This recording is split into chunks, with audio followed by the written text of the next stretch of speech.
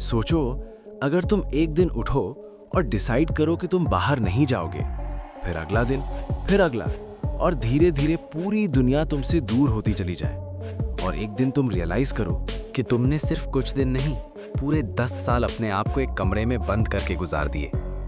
ये कहानी है एक ऐसे लड़के की जिसका नाम था आरव। लेकिन सच ये है, ये कहानी सिर्फ आरव की नहीं है। आरव एक सिंपल लड़का था, middle class family, normal school, normal life. उसके सपने भी नॉर्मल थे, इंजीनियर बनना, पेरेंट्स को प्राउड फील करवाना, सब कुछ ठीक चल रहा था, जब तक एक दिन सब कुछ बदल नहीं गया। स्कूल का एक दिन, एक छोटा सा मोमेंट। आरव को स्टेज पर बुलाया गया प्रेजेंटेशन के लिए। वो खड़ा हुआ, हाथ में पेपर था, लेकिन आवाज उसका साथ नहीं दे रही थी। वर्ड्स अटक गए, पसीना आने लगा, और फिर पीछे से हल्की सी हंसी आई। पहले एक लड़का हंसा, फिर 2, फिर पूरी क्लास। टीचर ने कंट्रोल करने की कोशिश की, लेकिन तब तक देर हो चुकी थी। वो हंसी आरव के कानों में नहीं, उसके दिमाग में घुस चुकी थी। उस दिन के बाद आरव घर आया, चुप था। उसने किसी से बात नहीं की। रात को जब सब सो गए, आरव जाग रहा था। उसके दिमाग में बार बार वही सीन रिपीट हो रहा था। लोगों की हंसी, उसकी बेइज्जती, और एक आवाज जो उससे कह रही थी, तुम इनफ नहीं हो। अगला दिन आरव स्कूल नहीं गया। उसने कहा तबीयत ठीक नहीं है। पेरेंट्स ने ज्यादा सोचा नहीं, लेकिन ये सिर्फ शुरुआत थी। धीरे धीरे आरव ने स्कूल जाना कम कर दिया, फिर बंद कर दिया। दोस्तों के कॉल्स आते, वो इग्नोर करता। मैसेजेस आते, वो रिप्लाई नहीं करता। उसने अपने आप को दुनिया से अलग करना शुरू कर दिया। लेकिन सबसे बड़ा बदलाव अभी बाकी था। आरव ने अपने कमरे का दरवाजा बंद कर दिया।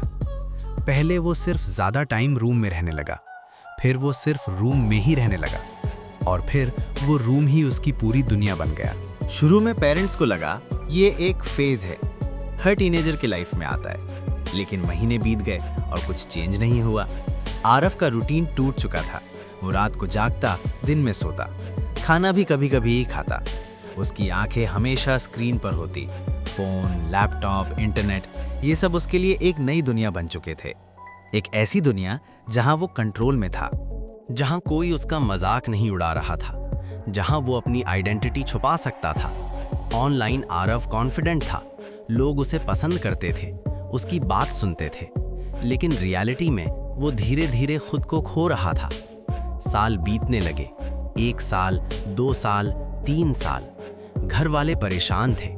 उन्होंने डॉक्टर्स को दिखाया, काउंसलर्स से बात की। तब उन्हें पता चला आरव एक मेंटल कंडीशन में फंस चुका है, सोशल एंजाइटी डिसऑर्डर, और कुछ केसेस में इससे भी ज़्यादा एक्सट्रीम।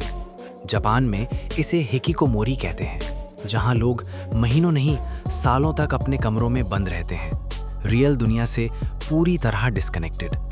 रिसर्च के मुताबिक सिर्फ जापान में ही लाखों लोग इस कंडीशन का शिकार हैं, और धीरे धीरे ये प्रॉब्लम दुनिया के अलग अलग हिस्सों में भी बढ़ रही है।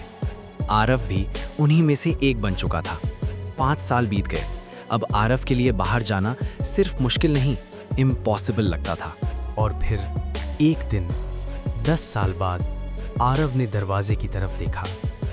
उसका हाथ कांप रहा था। 10 साल का डर उसके अंदर जमा हुआ था। अगर वो बाहर गया तो क्या होगा? क्या लोग उसे जज करेंगे? क्या वो सरवाइव कर पाएगा, या फिर वो फिर से टूट जाएगा? एक गहरी सांस, और उसने दरवाजा खोला। रोशनी उसके चेहरे पर पड़ी। 10 साल बाद आरव ने पहली बार दुनिया देखी। और शायद सबसे बड़ा सच ये है, कभी कभी सबसे बड़ी जेल हम खुद बनाते हैं।